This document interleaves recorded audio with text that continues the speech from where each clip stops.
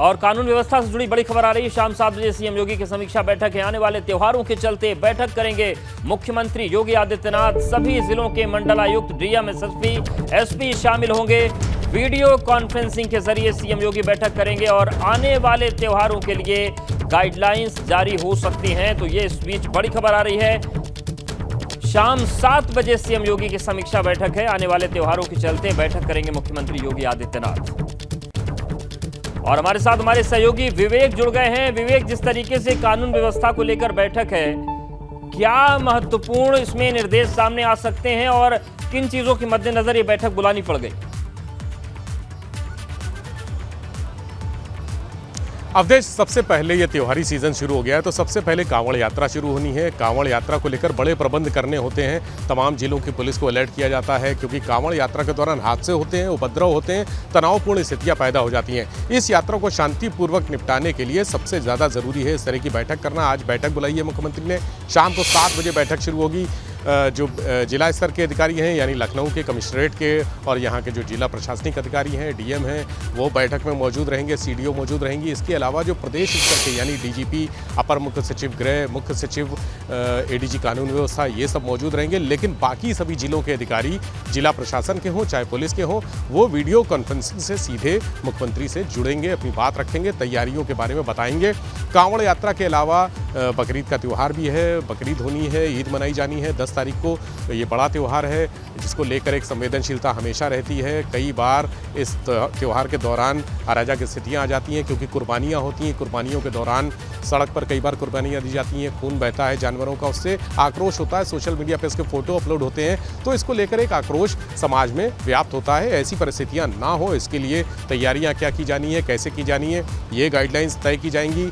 इसके अलावा रक्षाबंधन और 15 अगस्त का त्यौहार भी है। 15 अगस्त भी मनना है, रक्षाबंधन भी मनना है, तमाम आगे बहुत सारे और भी त्यौहार आने हैं। तो सारी त्योहारी सीजन में अराजक तत्व ज़्यादा सक्रिय हो जाते हैं और मौके का फ़ायदा उठाने की कोशिश करते हैं, क्योंकि भीड़ भाड़ होती है। लोग, जो महिलाएं होती हैं रक्षाबंधन के दिन, वो ज्वेलरी पहनकर निकलती हैं, तो लूटपाट की घटनाएं ज़्यादा होती हैं।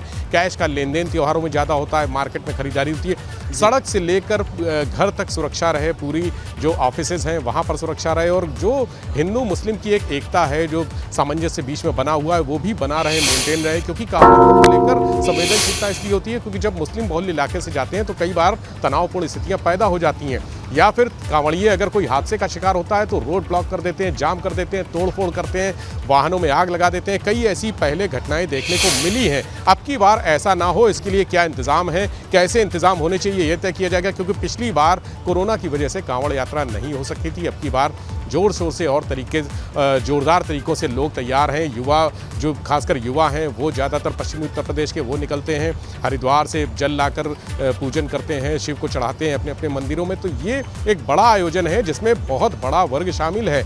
पश्चिमी उत्तर प्रदेश में पहले ज़्यादा होता था, लेकिन अब पूरे यूपी में कांवड़ यात्रा हर जगह से, चाहे पूर्वी उत्तर प्रदेश की बात करें, चाहे मध्य, ये जो जहाँ पर लखनऊ है और आसपास के अन्य जनपदें जो जिसे सेंट्रल यूपी कहा जाता है, या फिर इटावा, औरैया जो पथरीला एरिया है, जो पहाड़ का एरिया है, पहाड़ी एरिया है, बुंदेलखंड का एरिया है, वहाँ से भी यात्रा के लिए निकलने लगे हैं। तो ऐसी स्थितियाँ, चूँकि पूरे प्रदेश में यात्री निकलते हैं, कांवड़िए निकलते हैं, धर्म से जुड़ा है, लोगों से जुड़ा है, और एक तरह से ऐसा है कि उनको कंट्रोल करना, अगर कोई हादसा हो जाता है, कोई घटना हो जाती है, तो कंट्रोल करना। ये भी वजह है चिंता की कि बीते कुछ महीनों की बात करें, जिस तरीके से ज्ञानवापी का मसला आया, वो एक बहुत संवेदनशील मसला है, कोर्ट में है। उसके बाद रामनवमी के जुलूसों में जिस तरीके से कई जगह अप्रिय स्थिति बन गई, उसके बाद फिर जो कुछ हुआ जुमे की नमाज में 1-2 बार, क्या ये तमाम घटनाएं भी चिंता का विषय हैं? किस तरीके से एक बैठक लेनी पड़ रही है कि कहीं से कोई चूक ना हो, क्योंकि जो भी बीते दिनों कुछ चीजें हुई उसका अंदाजा किसी को था नहीं।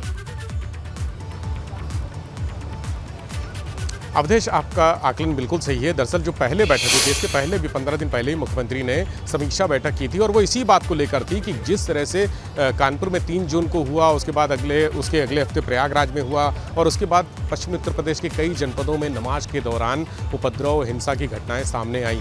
उसको लेकर मुख्यमंत्री ने 3 जून की घटना के बाद एक बैठक की थी, और ये कहा भी था कि अगले जुमा को, यानी जो 3 जून के बाद जुमा आना था, किसी भी तरह से लॉ एंड ऑर्डर डिस्टर्ब नहीं होना चाहिए था। उसमें गाइडलाइंस भी तय की गई थी थी, दिशा निर्देश भी दिए गए थे, लेकिन हिंसा की घटनाएं लगातार हुई। तो वो जो बैठक, पिछली बैठक के मामले थे, पॉइंट्स से, पॉइंटर्स से, गाइडलाइंस थी, जो इंस्ट्रक्शंस थे, वो इस बैठक में फिर दोहराए जाएंगे और ये भी सवाल जवाब होगा, जवाब तलब किया जाएगा कि अगर ऐसी घटनाएं हुई तो क्यों हुई, कि उसके लिए रोकने के लिए क्या क्या उपाय किए गए और कहाँ चूक हुई। यानी समीक्षा इस बात की भी होगी कि तैयारियां क्या हैं, समीक्षा इस बात की भी होगी कि कहाँ चूक हुई और समीक्षा इस बात की भी होगी कि आगे किस तरह से काम करना है। यानी अफसरों की अगर कमजोरियां सामने आती हैं तो पिछली बैठक के बाद कई बदलाव किए गए थे पुलिस प्रशासन के लेवल पे, कई आईएएस ट्रांसफर किए गए थे, कई आईपीएस ट्रांसफर किए गए थे, जिलाधिकारी बदले गए थे, प्रमुख सचिव स्तर के लोग बदले गए थे, पुलिस महकमे के कई जिलों के पदाधिकारी बदल दिए गए थे, प्रभारी बदल दिए गए थे। तो ये एक परिवर्तन का बड़ा दौर उस समीक्षा बैठक के बाद देखने को मिला था।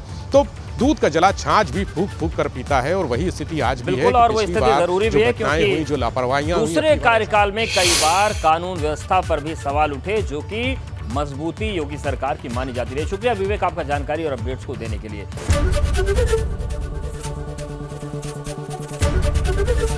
एबीपी गंगा, खबर आपकी, जुबान आपकी।